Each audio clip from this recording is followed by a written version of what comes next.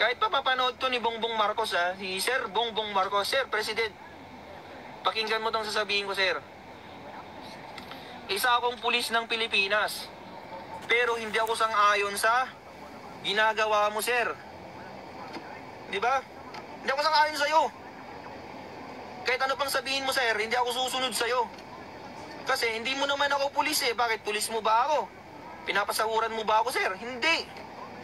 Ang totoong may-ari sa profesyon ko, ang totoong nagpapasahod sa akin ay mga Pilipino, hindi ikaw.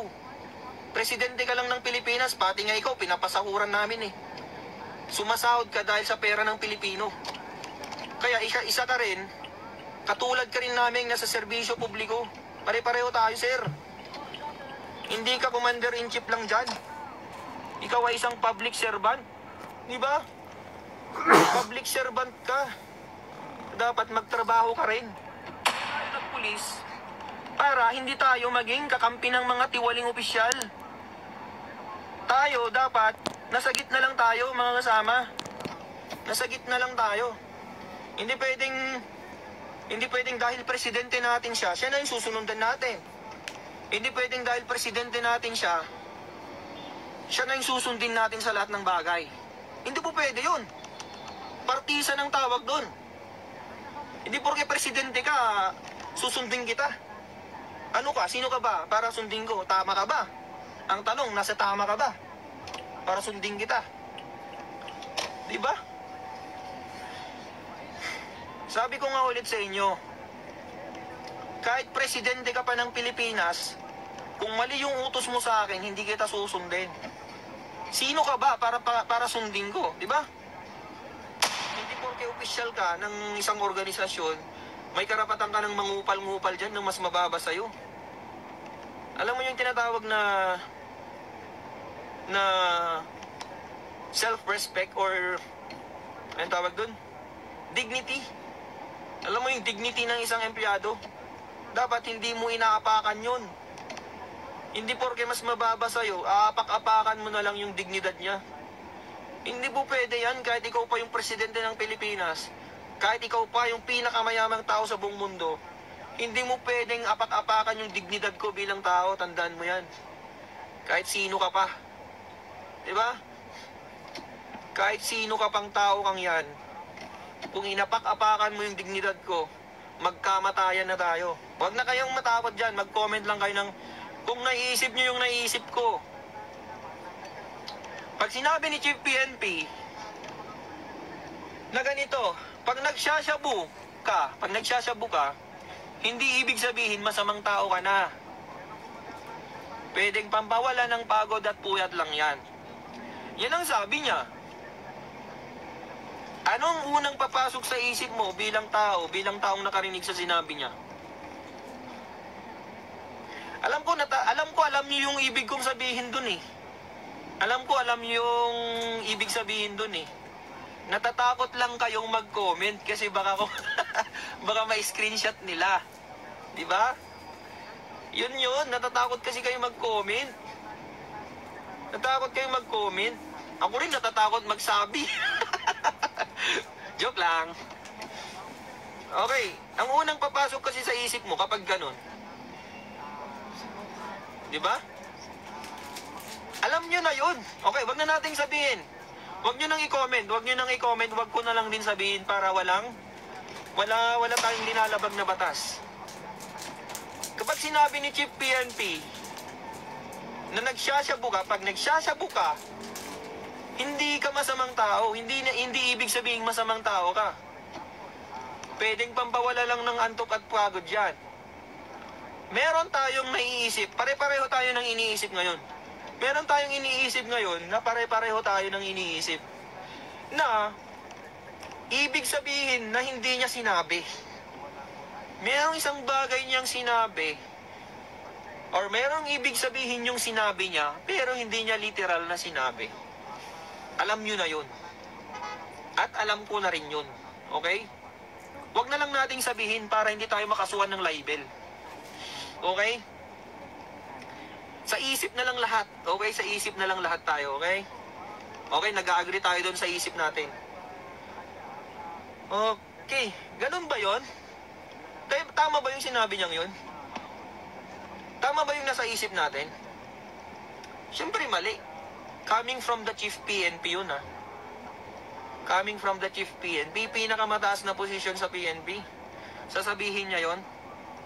Nicolas Torres, sige nga, arestuin mo yan, patunayan mong may bayag ka.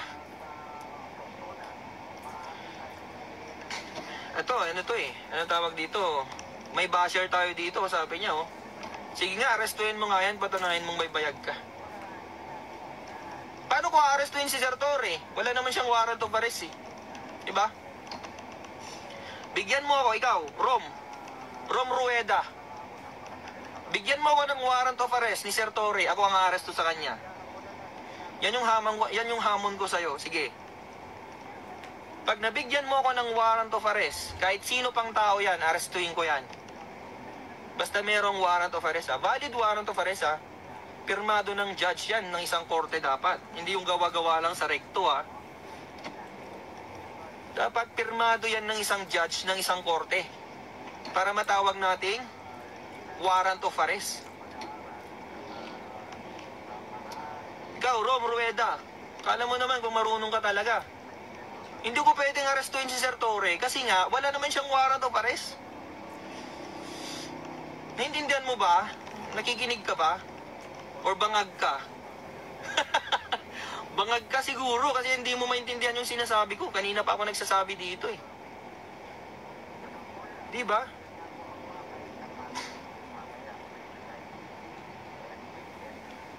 Sabi niyo, sige nga, arestuin mo nga si Sir Torre, patunayan mong may bayag ka. May bayag ako. May bayag ako. Pero patunayan mo or bigyan mo ako ng warrant of arrest. Bigyan mo ko ng warrant of arrest. Ako nga aresto sa kanya basta mayroong kang warrant of arrest. Yun lang naman ang gusto kong mangyari. So wag na nating pansinin yan si Rom Rueda. Walang alam yan sa batas, sigurado ako walang alam yan. Kapag walang alam yung isang tao, wag mo nang patulan. Kasi pareho kayong masisira. Di ba? Wala nang alam sa batas yan eh. Bakit kami kikipag-usap sa taong walang alam? Di pareho na kayong walang alam. Di ba? Umalis ka muna, Rom Rueda, wala kang puwang dito. Mag-bash ka dun sa mga, iba, wag dito. Kasi wala kang bilang dito, Rom.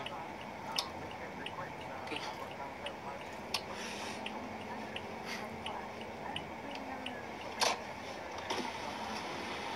Ikaw pa.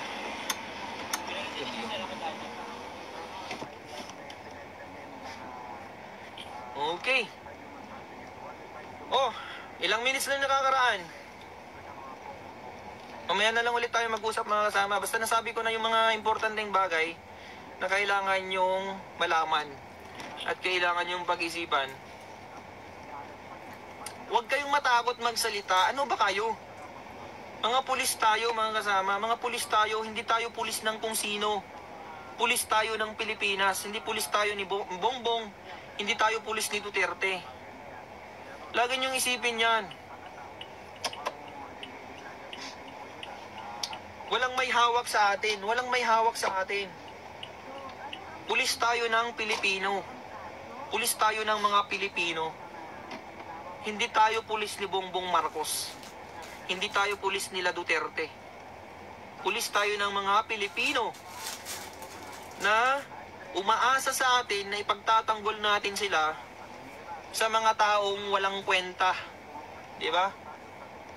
Eh kung mapatunayang may sala talaga si Duterte, why not? Ikulong nila yon kasi may sala siya. Wala akong pakialam doon kung may sala siya. Di ba? Eh na kung ang napatunayan ng korte na may sala siya, wala akong pakialam doon. Eh may sala siya. Sabi ng korte may sala siya. Ba't ko papakialaman yung korte? Yun yung decision nila eh. Hindi ako maka-Duterte, hindi rin ako maka-Marcos.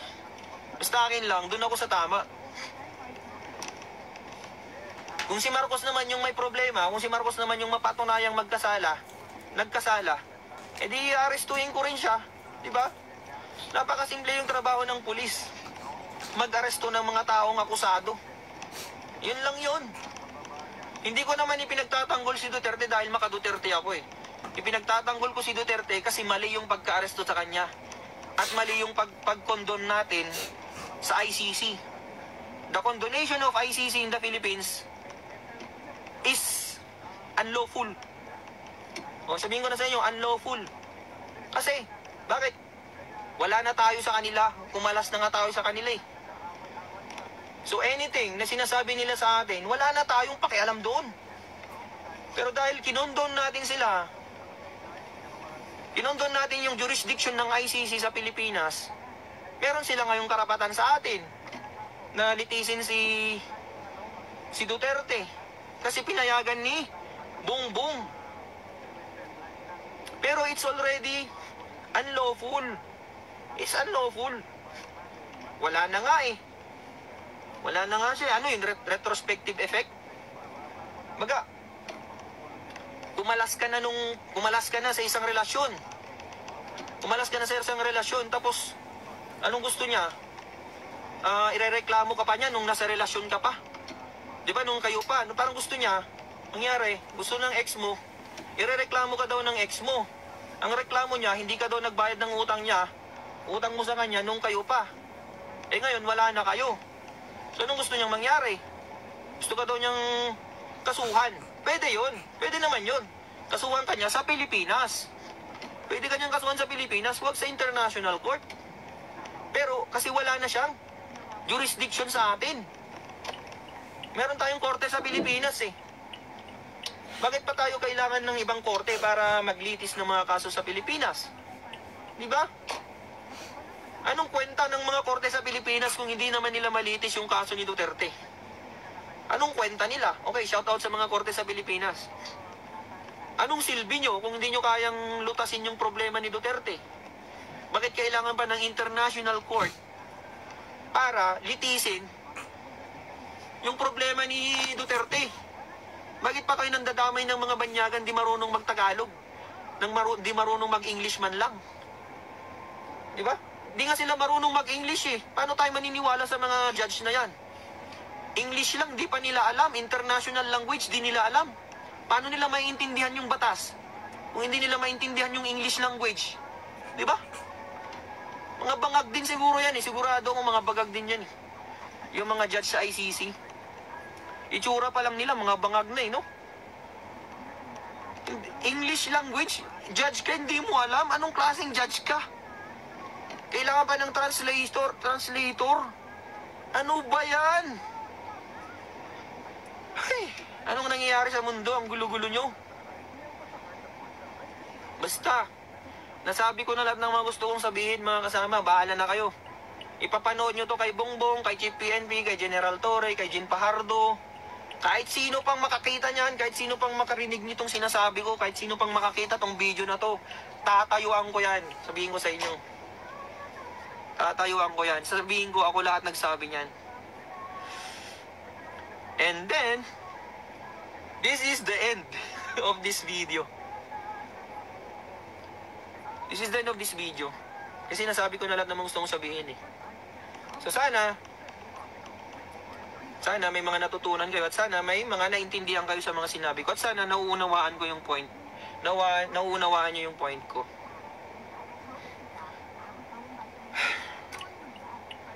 Okay, ito lang yung masasabi ko na sana sundin natin yung tama, sundin natin yung lawful, sundin natin yung tama.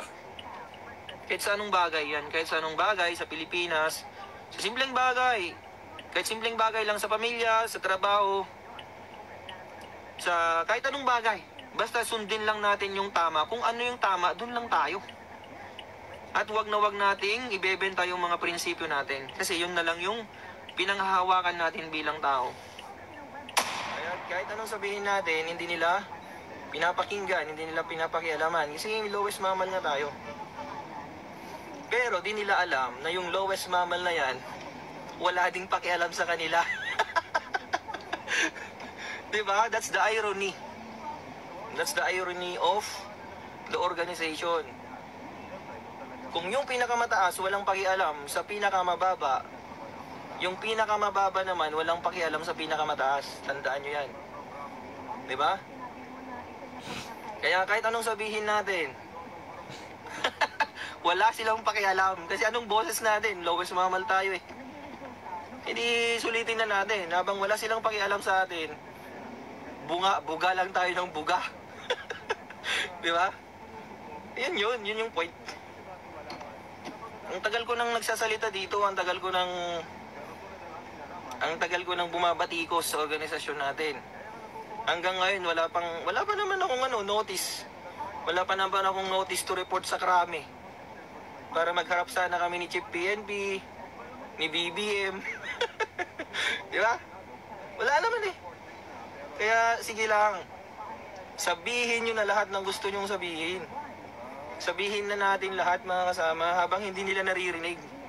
Para malaman lahat ng taong bayan kung gaano kabulok ang sistema. Diba? If you got nothing, diba? If you got nothing, you have nothing to lose. Sabi nga nila.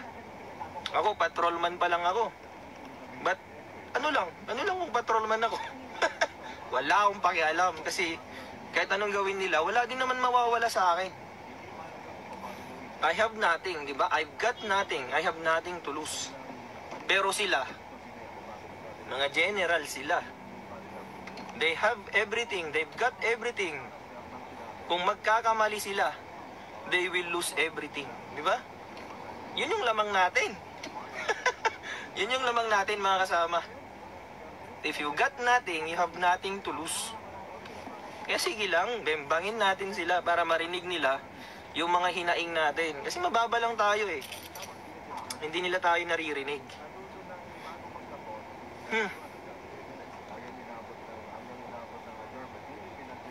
Ito, isa rin tong traffic na to eh. Problema ng Pilipinas yan. Nung panahon ni PRRD, walang traffic, di ba?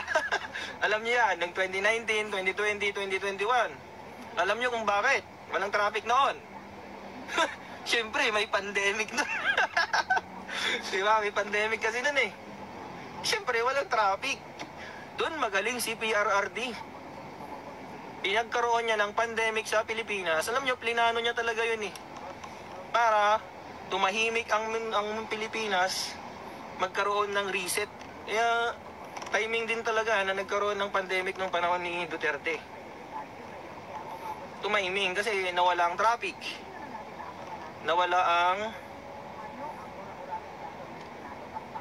daming nawala nun. Diba? Nawala yung mga kriminal. Nung panahon ni Duterte, ang daming nawala. Nawala ang mga kriminal. Nawala ang traffic. Nawala ang trapo. Nawala ang mga kurap. Di ba? Eh ngayon, panahon ni PBBM, ang daming bumalik. Yung mga nawala noong panahon ni PRRD, bumalik naman sa panahon ni PBBM. Di ba ba? Inyamet 10 nga ba nagbiyahe na paw? Ani mabba. Sa ano kasi yun, sa Tugigaraw, ani mabba. Ano ba yan? Parang ganon. Ano ba yan? Ay.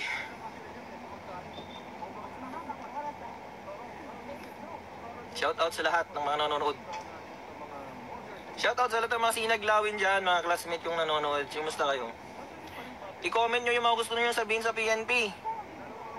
I-comment nyo na kasi ito na yung pagkakataon nating sabihin lahat ng mga hinaing natin mga kasama. Sabihin natin lahat ng mga gusto nyong sabihin sa organization para marinig nila na meron tayong reklamo. Kasi kung hindi tayo magre-reklamo, anong mangyayari? Aabusuhin lang tayo mga kasama. Diba? Organization yan eh, organization. So kailangan magkakasama tayo. Kailangan kung ano yung hinaing ng mga nasa tao sa baba, marinig ng mga nasa taas para magkakasundo tayo. Di ba? Kung hindi tayo magkakasundo, walang mangyayari sa organization natin. Kahit anong gawin nila sa taas, hindi rin naman susunod yung nasa baba. Anong kwenta nun? Di ba? So kailangan talaga, kailangan sumunod. Ay hindi, kailangan magkasundo muna tayo. Kailangan magkasundo muna tayo bago tayo sumunod. Diba? Kaya nga ang word na sundo tsaka sunod parang pareho lang yung mga spelling niya, diba? Sundo, sunod. Pareho lang yung spelling nun, nagkabaliktad-baliktad lang. Diba? Isipin niyo mabuti. S-U-N-D-O, sundo. Sunod, S-U-N-O-D. Diba? Parehong-pareho yung spelling, parehong-pareho yung laman ng mga letters niya. Nagbalik-baliktarin mo, di ba? Pero same lang yung laman nun kasi magkarugtong talaga yan. I mean, baga, dapat pantay yung mga yan, magkapantay yung dalawang word na yan, sunod tsaka sundo. Di ba? Paano ka susunod? Paano ka susunod sa taas kung hindi kayo magkakasundo? Di ba? Isipin niyong mabuti mga kasama. Paano ka susunod sa boss mo kung hindi kayo magkasundo? Yung gusto niya, ayaw mo. Yung gusto mo, ayaw niya. Paano tayo magkakasundo yan? Paano tayo susunod sa kanila kung yung gusto nila, hindi tayo sang-ayon sa kanila? Diba? That's the point. Paano tayo aasenso bilang organisasyon? O, sa organisasyon na lang muna tayo. Huwag muna tayong lumayo. Paano tayo aasenso sa organisasyon kung tayo mismo hindi nagkakasundo? Mga kasama, isipin niyo mabuti. Legit na police, asar na naman basher mo. Hayaan mo sila. Wala akong pakialam sa mga basher na yan kasi hindi nila alam. Hindi nila alam ang pinagdadaanan naming mga pulis ngayon, mga kasama, hindi nila alam. Mga basher lang yan, wala silang bilang. Kung gusto nilang malaman yung pinagdadaanan naming mga pulis ngayon, uniform personnel, try nilang pumasok sa PNP. Try nilang pumasok sa AFP. Basta pumasok sila, malalaman nyo kung ano yung nararamdaman namin ngayon. Diba? Watak-watak na kami ngayon, mga kasama. Totoo yan. Watak-watak na kami. Hindi na kami organisasyon. Hay. Kumbaga sa pamilya, kumbaga sa isang pamilya, yung tatay namin, hindi na namin kasundo. Diba? Yung tatay namin, yung leader ng pamilya na yan, hindi namin kasundo. Ayaw namin sa kanya. Hindi ko naman sinasabi lahat. Pero yung mga anak niya, ayaw na sumunod. Ayaw na sumunod sa kanya. Pero kailangan naming sumunod kasi hindi niya kami papakainin kung hindi kami susunod sa tatay namin. Di ba? That's the analogy. Kung anong nangyayari sa organisasyon namin, ganyan na ganyan mga kasama. Parang isang pamilya na hindi nagkakasundo. Sabi nung nanay, ganito ganyan. Sabi nung tatay, ganito ganyan. Ganito gawin nyo, mga anak, ganito. Sabi nung mga anak, ayoko yan tayo, ayoko ng ganyan. Yung mga iba, lumayas na sa bahay nila. Pumunta na sa kabilang bahay, di ba? Kasi ayaw na yung nangyayari sa bahay nila. Ayaw na yung nangyayari, ayaw na yung nakikita niya. Ayaw na niya, hindi na niya masikmura yung nakikita niya sa bahay. Diba? Ganun ang nangyayari mga kasama. Ganun ang nangyayari. So, ewan ko kung anong mangyayari sa Pilipinas. Bahala na. Magkanya-kanya na lang tayo. Kapag nagkagulo ang Pilipinas, bahala na. Magkanya-kanyang mag-alsabalutan na lang tayong lahat. Di ba? Ako, pulis ako, pero aaminin ko, hindi ako agree sa nangyayari ngayon. Hindi ako agree sa administrasyon eh. Hindi ko naman sinasabing rebelde ako, pero hindi lang ako sumasang-ayon sa nangyayari. Ayoko yung nangyayari, ayoko nang nagkakagulo. Kaya nga tinawag kaming mga police officer bilang peacemaker, di ba? We are the peacemaker of this country. At ayaw namin na nagkakagulo kayo. At nagkakagulo tayong lahat, di ba? Pero Ang dami kasing nanggugulo eh. Di ba? Kung sino pa dapat yung nagpapatino sa ating lahat, siya pa yung nanggugulo. Di ba? Siya pa yung nanggugulo, siya pa yung nagpapasimula ng gulo sa Pilipinas. Ay, iyon ko talaga. My heart is, ewan ko. My heart is running like a horse. Awit sa'yo. Sa lahat ng mga nanonood dyan na MIU, mga men in uniform, naiintindihan nila ako, mga kasama. Naiintindihan nila ako kasi pare-pareho kaming nasa organization eh. May mga hinaing kasi kami na hindi namin pwedeng sabihin public. Kasi, alam niyo kung bakit? Kakasuhan nila kami. Anong kakaso nila sa amin? Neglect of duty. Anima ba? Ano yan? Neglect of duty na yan. Mag-share ka lang, mag-comment ka lang, mag-like ka lang. Ano yun? Neglect of duty na yan? Bakit? Duty ba ng pulis na hindi mag-like? Or duty ba ng pulis na umayon sa mga pinopost online?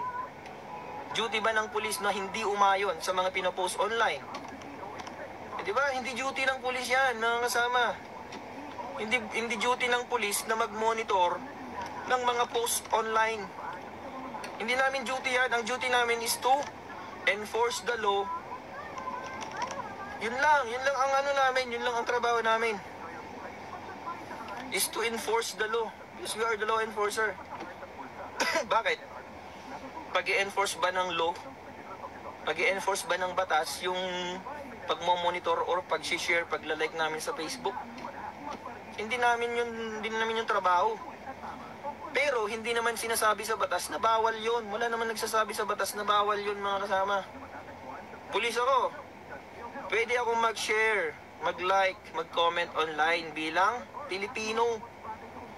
Sino nagsabing bawal yan? Di ba? Papuntahin mo dito. Meron akong patrol shoes dito. Sampalin ko ng patrol shoes yan. Di ba? Hindi trabaho, hindi duty ng pulis na hindi mag-like, hindi mag-share at hindi mag-comment sa mga political issues. Wala sa duty namin yan, mga kasama. Kahit ilista mo lahat sa mga duty ng pulis yan, yung pagmomonitor man lang sa online post, yung mga Facebook post na yan, wala sa listahan ng mga ginudutihan ng mga pulis yan. Paano naging neglect of duty yan? Diba? Paano naging neglect of duty yan? Kasi sinabi ng taas. Sabi ng taas, wag ka mag-share, wag ka mag-like, wag ka mag-comment. That is your duty. Sabi nung nasa taas. Okay, duty mo yun. Kasi sinabi nung nasa taas. Kung ano man yung order ng mga nasa taas na sinabi sa mga nasa baba, that is your duty. Pero ang tanong, lawful ba yung order na yon? Mga kasama, lawful ba yon? Is it in accordance with the law na pagbawalan kang mag-like, share, and comment?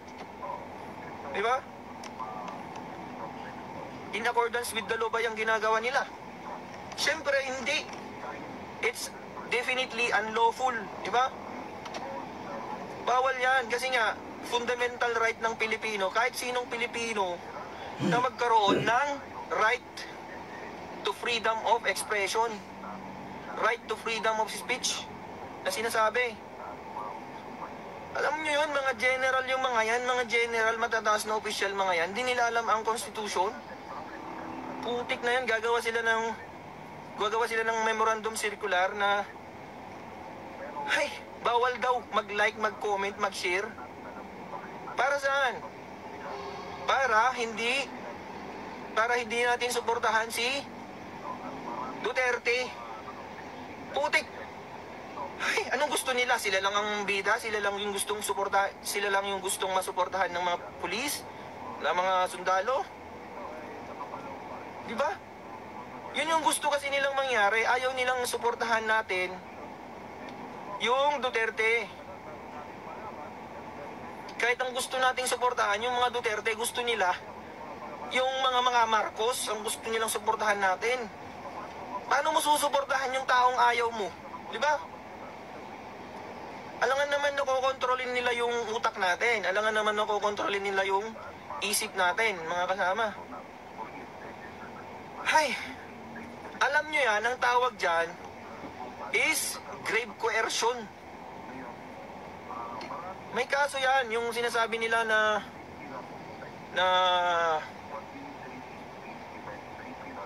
i-like mo, i-share mo yung bagay na against sa will mo. Coercion ang tawag dyan, mga kasama. Kaso yan.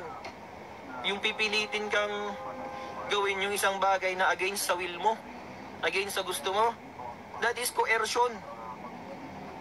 Diba? Subukan nila akong pag-explainin yan. Sasabihin ko yan sa harap nila. Baka ako pa yung puposas sa taong yan.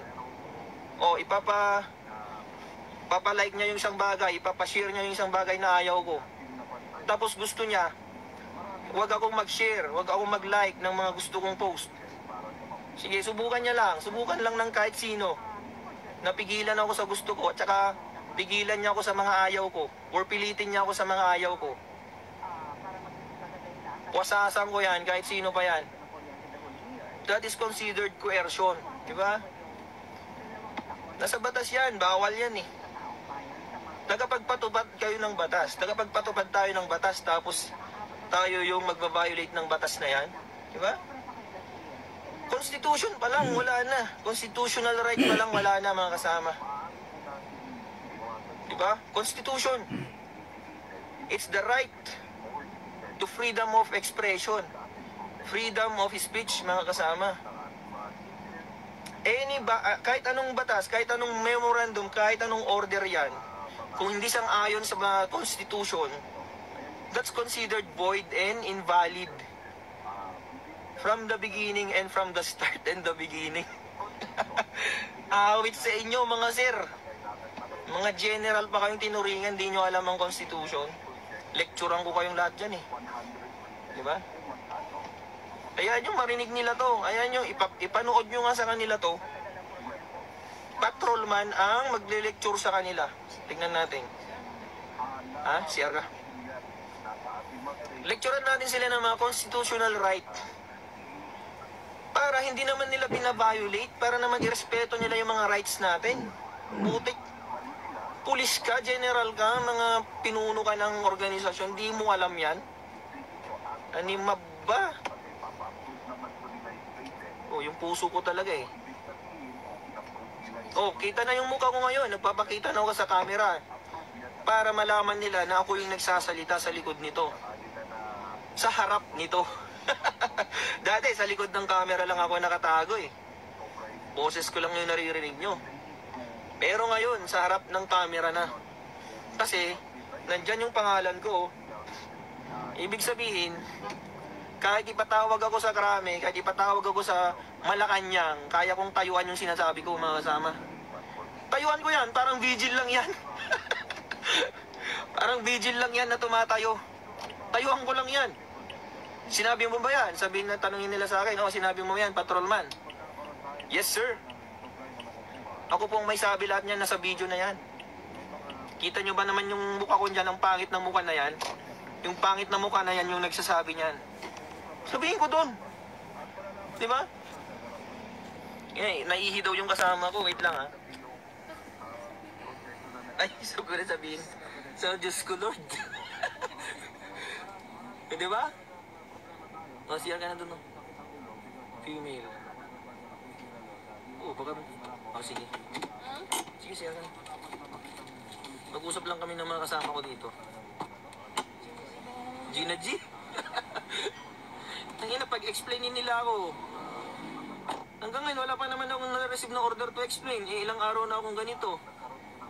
Ilang araw na akong nagsasabi ng mga hinanakit ko sa organisasyon. Yung mga pagsuporta ko kay Duterte. Ay. Ito lang, tabi ko lang mga kasama kasi medyo nakaka-obstruct tayo ng traffic.